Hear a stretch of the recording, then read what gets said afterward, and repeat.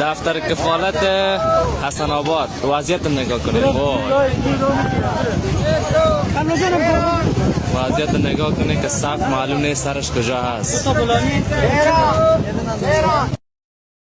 من خسرو افشارم و هر روز با هزاران افغان در ارتباطم. توی این صفحه واقعیت‌های افغانستان رو بدون سانسور و بی‌طرفانه به اشتراک میذارم. از سیاست تا جامعه، از اتفاقات تلخ تا لحظات امیدبخش، اینجا جاییه که صدای مردم شنیده میشه. بیشتر از 700,000 نفر از مردم ما به من اعتماد کردن، چون دنبال حقیقتن، نه شایعه. اگه تو هم میخوای همیشه باخبر باشی و واقعیت‌ها رو از دل مردم افغانستان بشنوی، همین حالا پیجم رو دنبال کن. اینجا رسانه مردم افغانستانه.